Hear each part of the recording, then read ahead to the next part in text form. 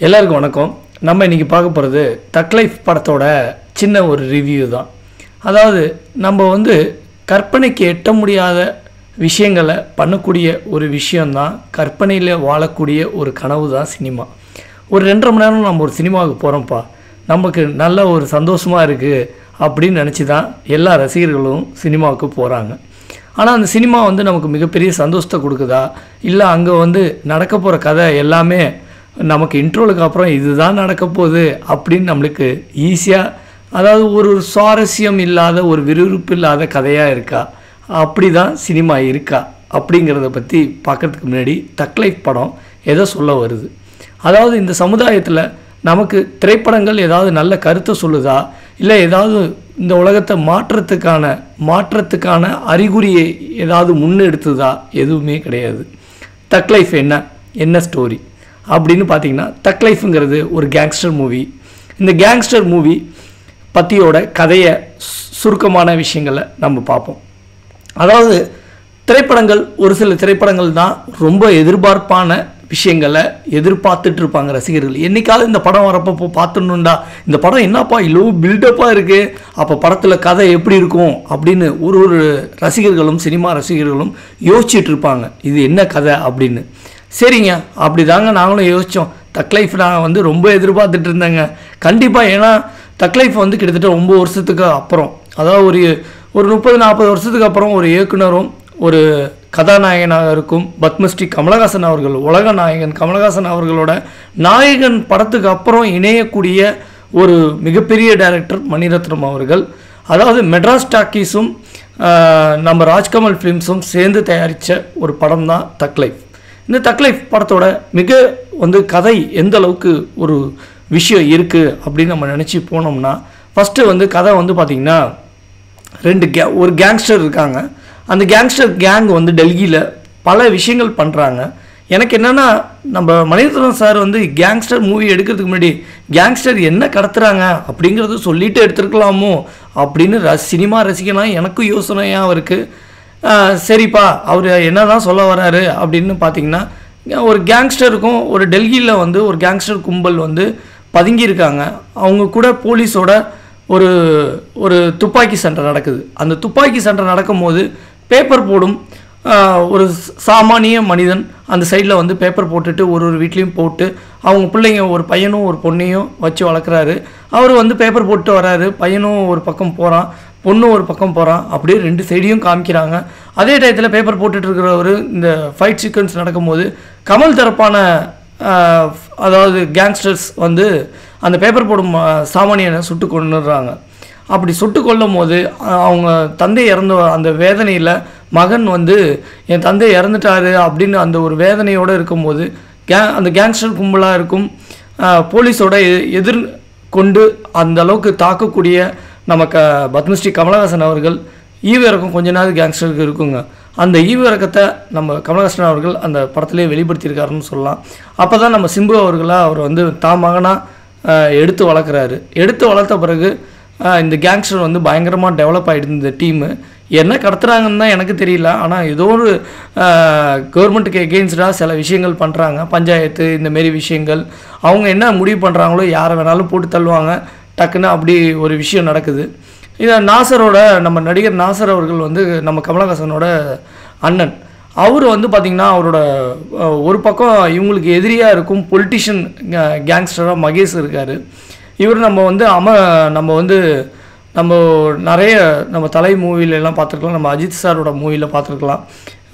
அந்த படத்துலலாம் நிறைய நடிச்சிருப்பார், நிறைய படத்தில் வில்லனாகவே நடிச்சிருப்பார். இவர் அவருக்கு நாசரோட பொண்ணோட பையனும் இவரும் ஏதோ ஒரு பிரச்சனை நடந்துடுது.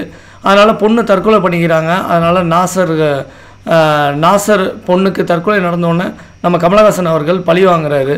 யார் அந்த தப்பை பண்ணியிருப்பாங்களோ அவங்க சிம்புவும் நம்ம கமலஹாசன் அவர்களும் பழி வாங்குறாங்க. அதை பழி வாங்கும் போது நம்ம கமலஹாசன் அவர்கள் அந்த தப்பை உணர்ந்து அவர் ஜெயிலுக்கு போயிடுறாரு.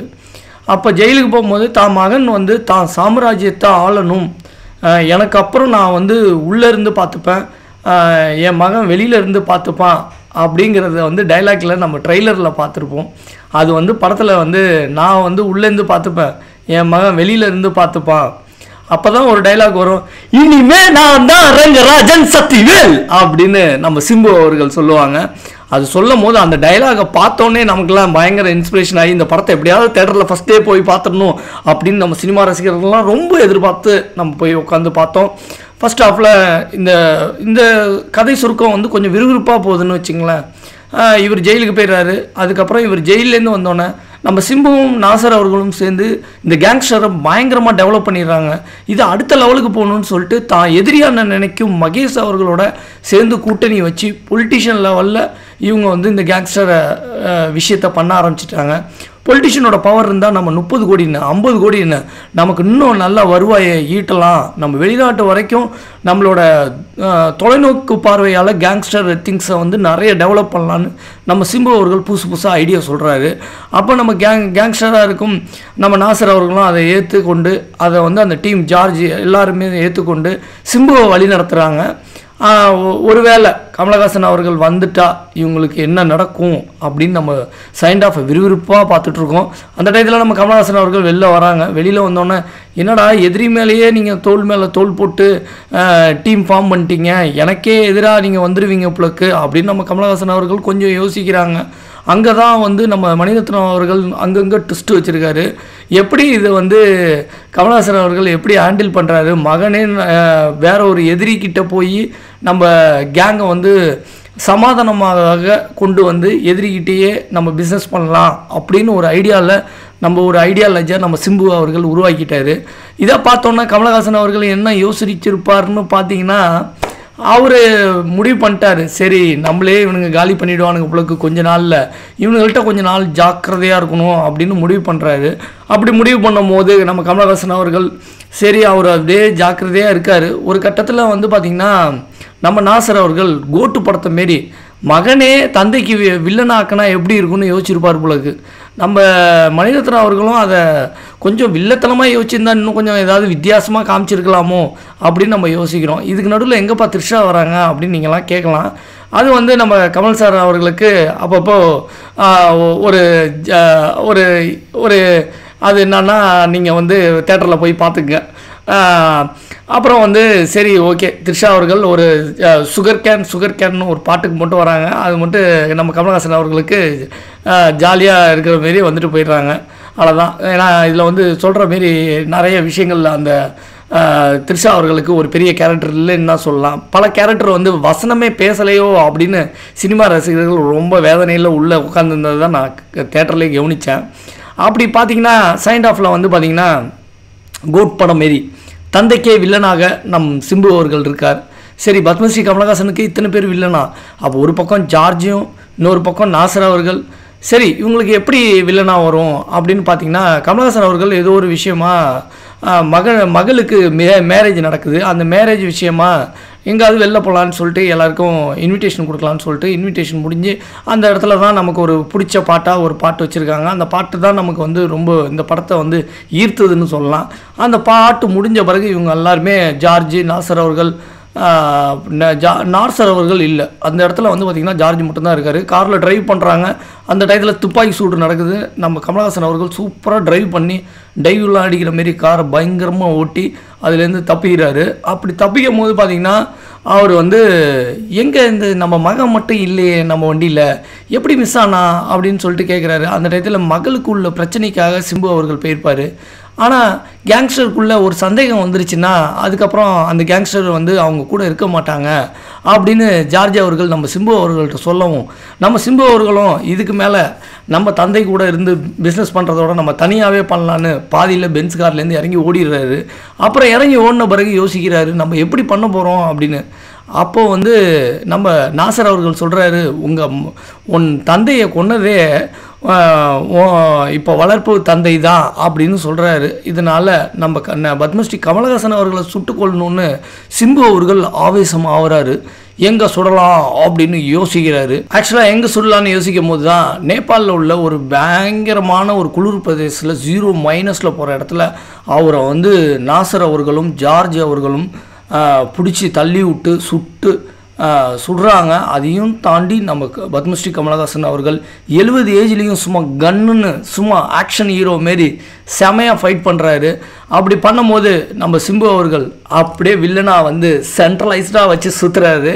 சுட்டு கன்னை சுட்ட பிறகு நம்ம கமலஹாசன் அவர்கள் அப்படியே வந்து விவேகம் படம் மாரி நம்ம தலை அஜித்குமார் அவர்கள் எப்படி மைனஸ் டிகிரியில் வந்து உள்ளே விழுந்துருவாரோ பனிக்கட்டையில், அதில் உளுந்து தன்னை அதாவது அவருக்கு உடம்புல உள்ள குண்டுகள்லாம் வெளில எடுத்து அவரை எப்படி ரெக்கவரி பண்ணி வராரு அப்படிங்கிறது தான் மீதி கதை.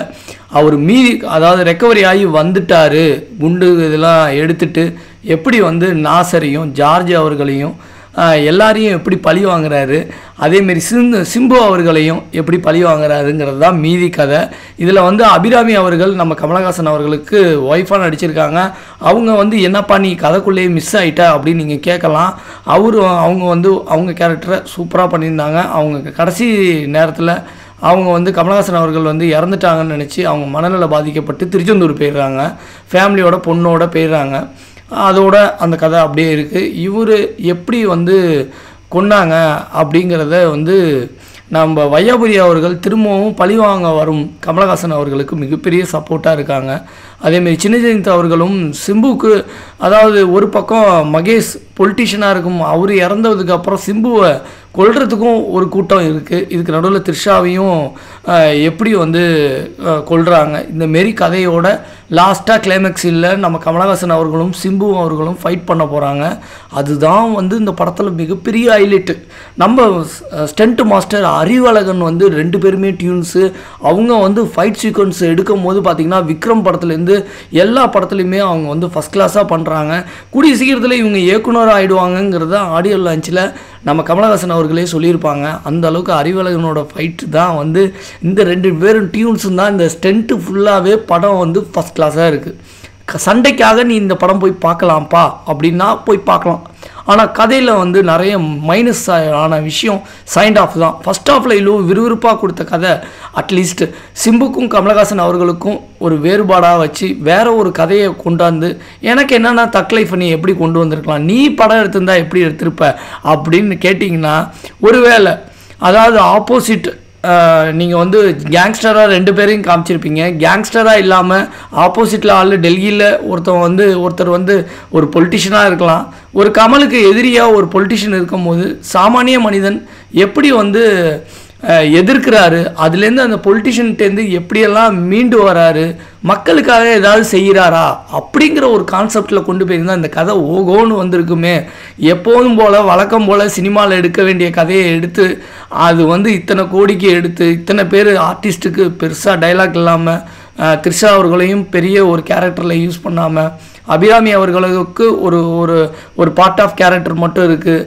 நம்ம நாசர் அவர்கள் சிலம்பரசனையும் இன்னும் நிறைய யூஸ் பண்ணியிருக்கலாம். இவங்கள்ட்டேருந்து நடிப்பு திறனை வேலை வாங்கினதுக்கு விஷயத்தோட கதையில் முக்கியத்துவம் கொடுத்து வித்தியாசமாக எடுத்திருந்தால் இந்த படம் கொண்டாடக்கூடிய படமாக அமைஞ்சிருக்குங்கிறது ரசிகர்களோட கேள்வியாக இருக்குது. மொத்தத்தில் இந்த தக் லைஃப் எப்படி இருக்குன்னா ஜஸ்ட் லைக் ஒரு என்டர்டைன்மெண்ட். 2 பேரை ஃபைட் சீக்வன்ஸ் இன்றைக்கும் 70 வயசில் நம்ம சிலம்பரசனோட நின்று ஃபைட் பண்ணக்கூடிய ஒரு கமலஹாசன் அவர்கள், பத்மஸ்ரீ கமலஹாசன் அவர்களோட நம்ம வந்து ஒரு ரசிகனாக இருந்தால் அவரோட நடிப்புக்காக இந்த படம் பார்க்கலாம். ஆனால் மணிரத்னம் அவர்கள் இன்னொரு வித்தியாசமான கதைக்களத்தை கொண்டு வந்திருந்தால் இத்தே பெரிய நட்சத்திரம் பட்டாலும் மிகப்பெரிய கொண்டாட்டமாக சினிமா தியேட்டரில் அமைந்திருக்கிற திரைப்படமாக இருந்திருக்கும் தக் லைஃப். ஓகே மக்களே, இந்த வீடியோ பிடிச்சிருந்தா லைக் பண்ணுங்கள். உங்களுக்கு எந்தெந்த படத்தை பற்றி ரிவ்யூ பண்ணணுன்னு நீங்களே கமெண்ட்ஸில் சொல்லுங்கள். நம்ம ரிவ்யூ எப்படி இருக்குன்னு சொல்லுங்கள். ஓகே மக்களே, தேங்க்யூ ஃபார் வாட்சிங் வீடியோஸ். அடுத்த வீடியோவில் நல்ல ஒரு இன்ஃபர்மேட்டிவோட வீடியோவில் பார்ப்போம்.